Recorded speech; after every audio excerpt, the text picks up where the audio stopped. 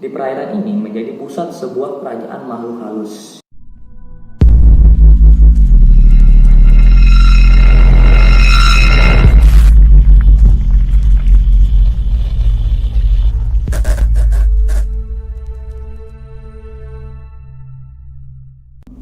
Halo teman-teman, selamat datang di video ini. Video kali ini akan membahas tentang misteri segitiga masa limbo dan hilangnya pesawat Adam Air.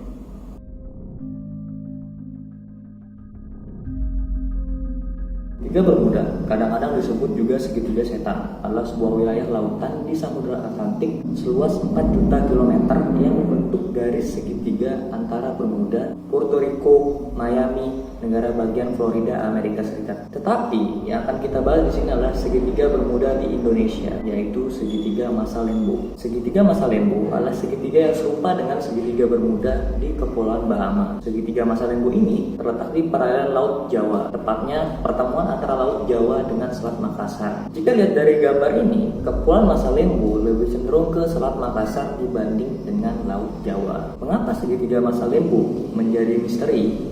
Karena banyaknya kecelakaan dan peristiwa-peristiwa aneh lainnya di daerah tersebut yang membuat daerah segitiga masa lembo ini menjadi daerah terlarang di perairan Indonesia. Bahkan telah terjadi 7 kecelakaan tenggelamnya kapal dan jatuhnya pesawat. Yang paling terkenal adalah kecelakaan Adam Air, yaitu di mana pesawat Boeing 737-400 yang melayani rute penerbangan Surabaya-Manado di Bandara Juanda, Surabaya pada Senin 1 Januari 2000. Pukul 12.55 waktu Indonesia Barat, pesawat tersebut lepas landas dengan mengangkut 102 orang penumpang. Diperkirakan pesawat ini mendarat di Bandara Sam Ratulangi, Manado pukul 16.14 WITA.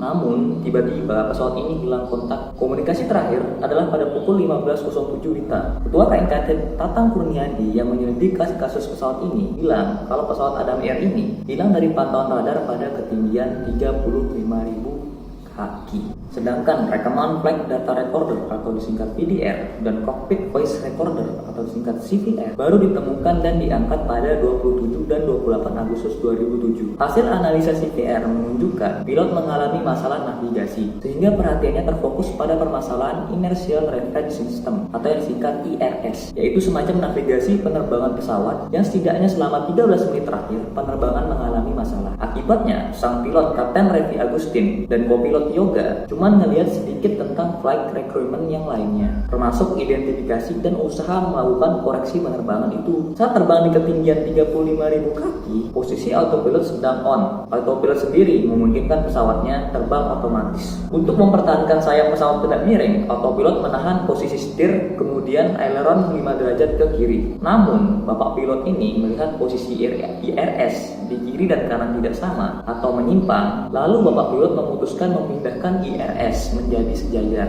Hal semacam ini biasa dilakukan saat di darat, tapi autopilot malah jadi off. Pesawat ini jadinya perlahan ke kanan. Tet, tet, tet. Terdengar alarm peringatan autopilot mati di ruang cockpit. Tapi nggak lama bunyi itu hilang. Diduga nggak sengaja dimatiin sama bapak pilot dan co-pilotnya, karena mereka masih fokus untuk memperbaiki masalah IRS tadi.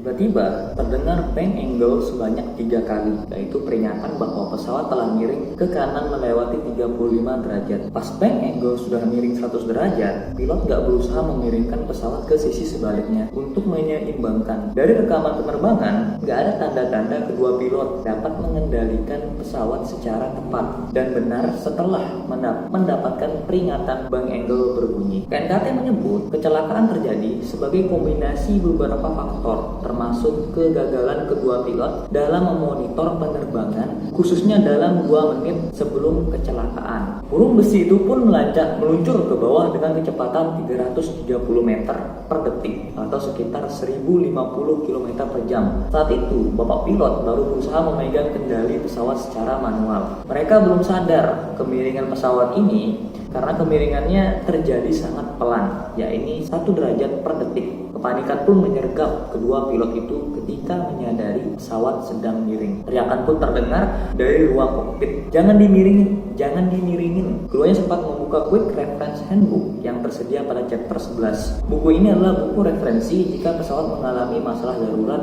dan keanehan dalam terbang. Sayangnya, mereka hanya membaca judul tanpa melakukan prosedur yang tertera dalam buku tersebut. Upaya mengendalikan pesawat terlambat dilakukan. Bahkan salah satu bagian patah pesawat ini pun menabrak ke Laut Majene dengan kecepatan yang sangat tinggi. Di dalam air, pesawat ini pecah berkeping-keping karena berat jenisnya lebih besar daripada berat jenis air. Serpihan pesawat banyak yang tidak mengambang. Saat itulah nyawa 85 orang dewasa, 7 anak-anak, 5 balita, 4 awak kabin, serta pilot dan co-pilotnya melayang. Mayat mereka terkubur dalam laut dan gak pernah ditemukan. Jadi itu adalah salah satu peristiwa paling terkenal dari segitiga Masa Lembo yang sangat aneh dan katanya penuh gangguan mistis. Dan cukup santer adalah karena mitos yang berkembang di tengah masyarakat. Konon, menurut kepercayaan, di perairan ini menjadi pusat sebuah kerajaan makhluk halus yang katanya kerajaan ini dipimpin oleh seorang ratu yang bersamaan muncul dengan gelombang garis putih. Katanya gelombang tersebut merupakan lintasan ratu ini untuk mengelilingi kekuasaannya. Nama ratu tersebut adalah Ratu Malaka atau ibu dari orang-orang suku laut. Selain itu, tidak sedikit kesaksian orang-orang yang pernah melihat penampakan misterius seperti ular laut raksasa, burung raksasa, hingga kemunculan naga saat di perairan ini. Nah, konon katanya untuk selamat dari perairan ini harus melakukan salam serta menyerahkan sesaji ataupun persembahan kambing hitam agar terhindar dari mara bahaya segitiga Masa Lembo ini. Dari sisi ilmiah terungkap kalau perairan Masa Lembo merupakan titik pertemuan dua arus kencang yang ekstrim. Arus dari barat yang terus memanjang ke Laut Jawa dengan arus kencang lainnya dari utara Selat Makassar. Fenomena ini lazim terjadi di antara Desember sampai dengan Januari atau Juli sampai dengan Agustus. Gak heran jika semua kecelakaan yang terjadi di perairan ini pada kurun waktu tersebut. Faktor pemicu lain adalah air pocket atau kantung udara. Ini juga diklaim menjadi faktor yang membuat perairan Masa Lembo menjadi sangat berbahaya. Secara ilmiah, air pocket adalah ruang yang berisi udara mengalir berkecepatan tinggi. Saking kuatnya fenomena alam ini bahkan mampu menyedot benda-benda yang berada di area tersebut seperti pesawat, kapal, dan benda lainnya. Melihat karakteristiknya yang kerap menahan banyak korban, orang menyebut Masa Lembo sebagai segitiga bermudanya Indonesia.